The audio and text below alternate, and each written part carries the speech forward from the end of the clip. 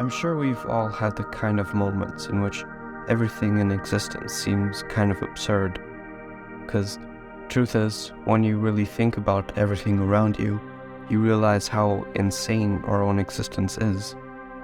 Most of the day, we walk around not really thinking about it, but the truth is always out there. One truth being that an absolutely massive amount of intricately weaved events have led to this exact moment, and how the chain of events that led to this moment right now started billions of years ago. The universe is truly amazing. Just think about it. The most basic substance, the hydrogen atom, somehow managed to clump together to form stars, and those formed heavier atoms, which led to molecules, which led to planets and solar systems and galaxies, and everything else we see in the universe. And then to think that on one of these planets, life began as single cells, and then somehow managed to become multiple cells working together, which somehow led to communication between cells, which somehow led to specific cells having specific jobs, which led to brains, which led to thought, which led to the mind.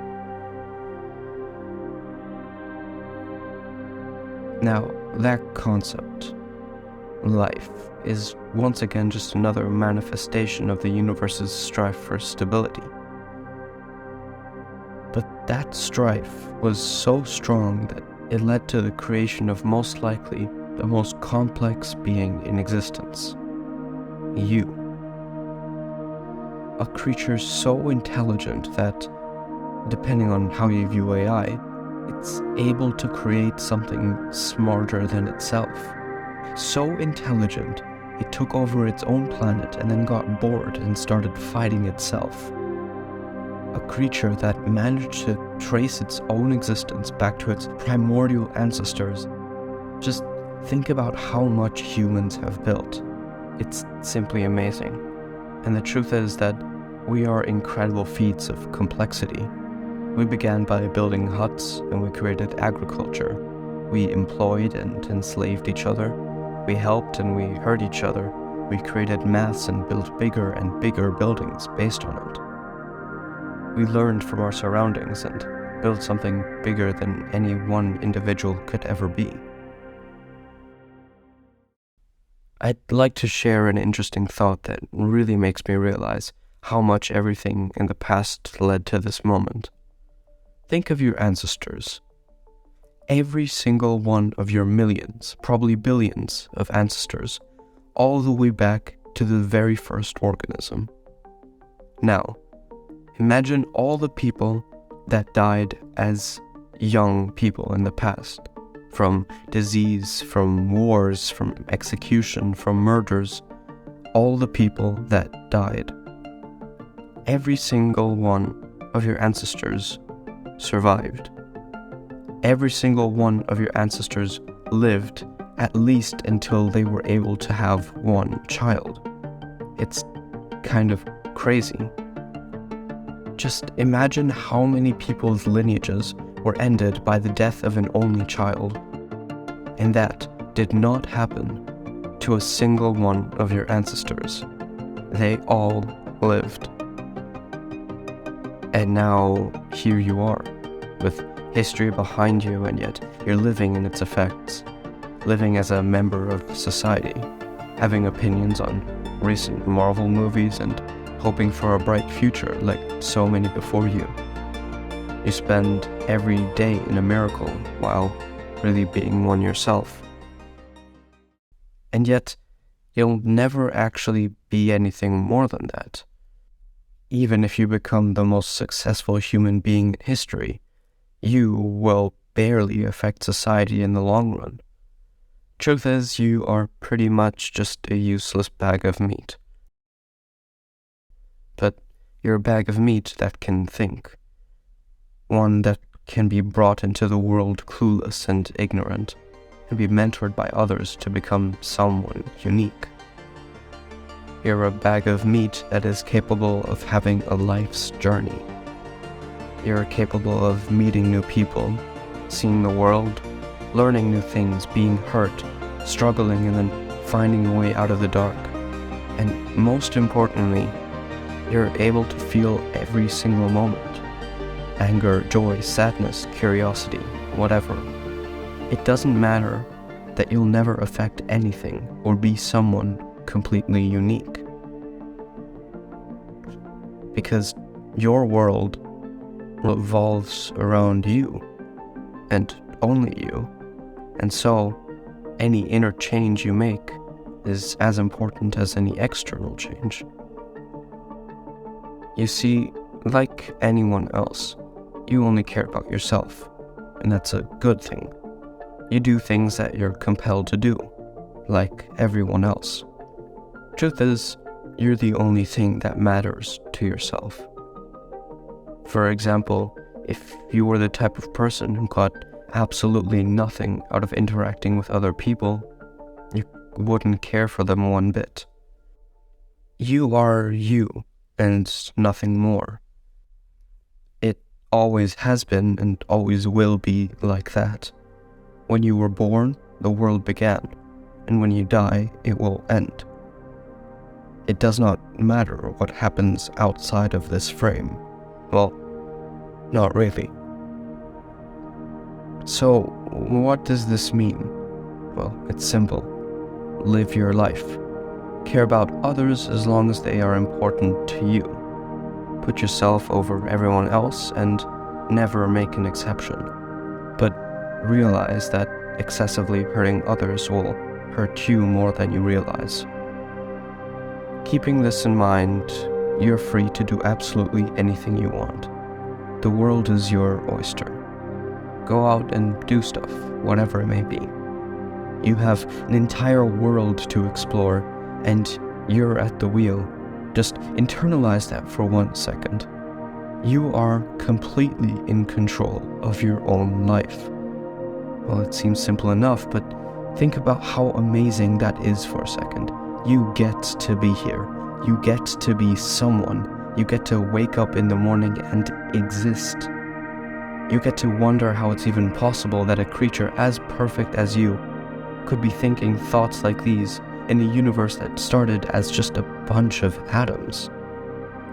You get to be here. You're not here for a reason, but that somehow makes it even better. You get to exist and you get to do whatever you like. Whatever you like. But what do you want to do? And is it really your choice to like or want to do specific things? No, and I'm not going to get into that right now, but basically, your personality is not really determined by yourself, it's created by your surroundings. So, you're just a machine that responds to its surrounding. Where's the beauty in that? I say, it's the emotions that us machines have, and the ability that we have to affect each other in such incredible ways. Just think about it for a second. We interact with others all day long, and our individual evolution is completely determined by interactions with others. Say I talk to my friend John. He tells me about how the stock market is doing, because he's just talked to Susan about it. Then I leave and start thinking about maybe doing some trading myself. Then I talk to someone else about that. Then they talk to someone else about money, and they talk to Greg about business. Then Greg talks to someone about opening a hardware store, because he was just talking with Carol about how he just finished building a table and his love for woodworking. So when you really think about it, we're all just affecting each other all the time, and all conversations are basically just an interconnected web of ideas and knowledge. Ideas get passed down, causing new conversations which lead to new ideas. Only that nowadays, we're not just affected by conversations. We have an entire arsenal of media feeding us ideas all day long. We watch videos, we listen to songs, we read articles, but those were all made by another person as well. And that person was probably inspired to make that video or write that article in the specific way they did due to another person. It's just that we're so interconnected as a society that we almost have a collective personality. And that's just another reason why humanity is so amazing. We're not just individuals, we're a part of so many things. And it's incredible that we get to be a part of these things. We get to read books and we get to be emotionally affected by them. And same goes with music. And for that exact reason, it does not matter that we don't matter. It doesn't matter that we're useless or that we're nothing compared to the rest of the universe. If this universe's possible creator looks down on us, we seem like ants. Stupid little ants that don't even understand a fragment of the world, most of which don't even care. Ants that love and hate each other. Ants that have managed to make themselves happy. You see, it doesn't matter that we don't matter in the grand scheme of things, because we're complex and intricate enough to matter to each other.